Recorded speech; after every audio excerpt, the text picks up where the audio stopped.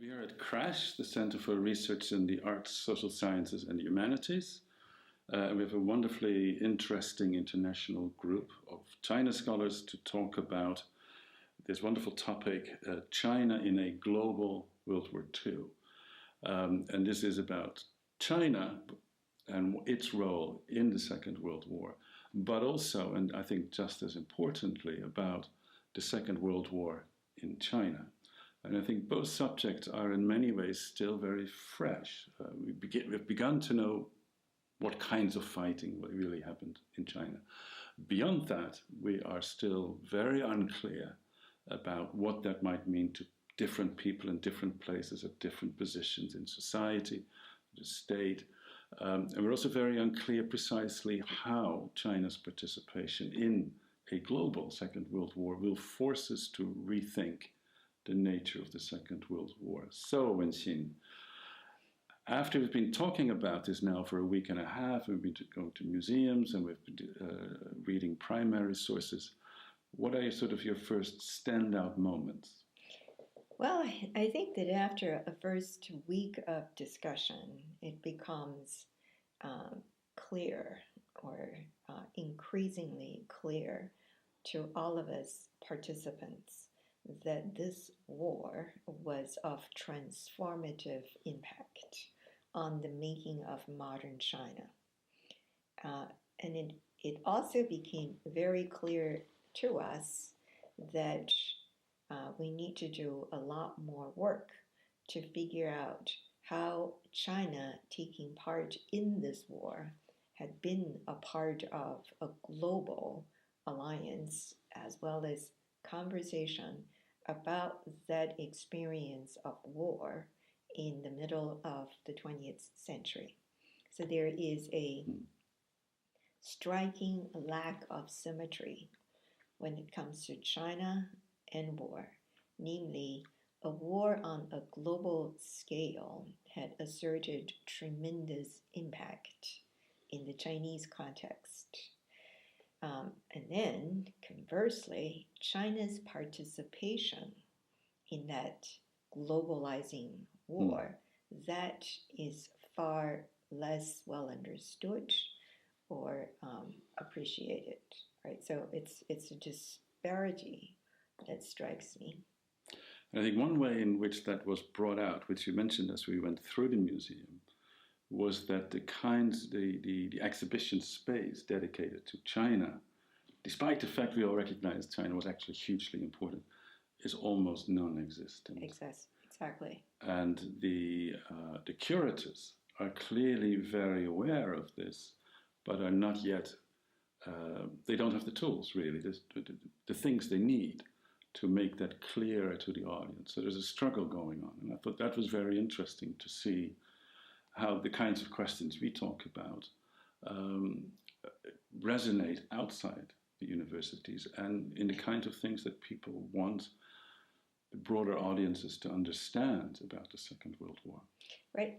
And then I think that the challenges faced by the curators had something to do, most likely, with a certain understanding that even though China was very much in this war, but it wasn't exactly the same war across all theaters on this planet, right? So in terms of themes, of divisions, of forces of contestation, of a sense of political agenda and so forth, not to mention ways of fighting that war. Yes, that's very important. Right. But I think one of the great things we have been doing the past 10 days is to read a lot of primary sources. Yes. From historical ones, which were very interesting, also some literary ones, and from very different areas of China. And that has given me a sense of sort of the historical depth of the question. Why are we fighting? How does that fit into our historical identities? Where does that might take us, and what are our ultimate loyalties? But also the sort of differences within China, with about which these things were thought about, digested, and so on. It's been very rich in that sense. Right. And then I suppose this is a group of scholars keen to move beyond some of the well-established and also perhaps somewhat rigid positions taken by the contestants at the time, right? So this is a group of scholars who are interested in learning about the shared humanistic dimensions in the experiencing of the war, that is, the sorts of things that would actually inform political choices. But then, so it's about some of these things which happen to pretty much all populations across political divisions, such as issues about food, about security, about disease, about difficulties when making moral choices, right? About reflections on the foundational values of culture, society, and so forth. So that's one set of it. But at the same time, I think the conversations with the curators are particularly inspiring in the sense that now that this is about 7 decades after the conclusion of that war, how do scholars come to see the war in a way that would, I wouldn't say rise above that contest, but certainly would be able to come up with a way to understand its significance without signing on to a partisan agenda. Yes, absolutely right.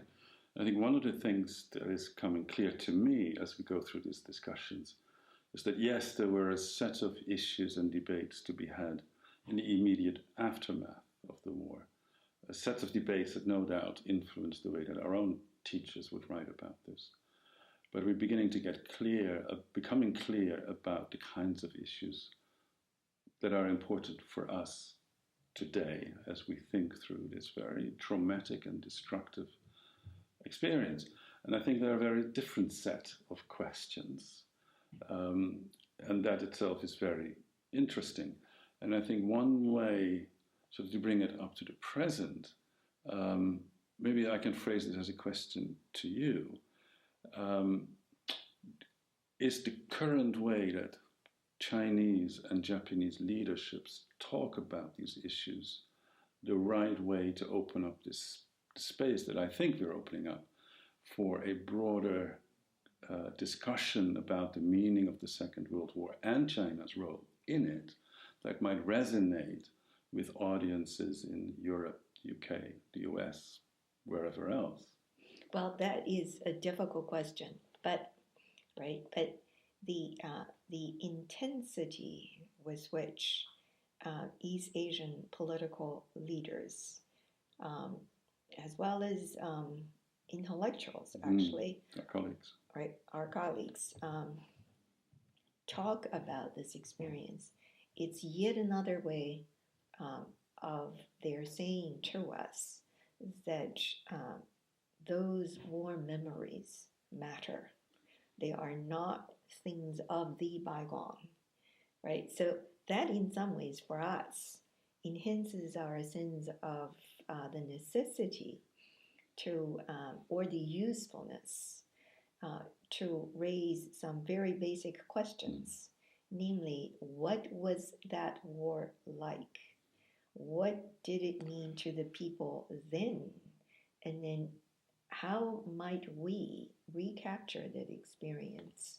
And how might that reconstruction mean to us, right? It's very much a part of present-day conversation, not just about an international order in East Asia, but also precisely given China's rise, that these are issues of global significance.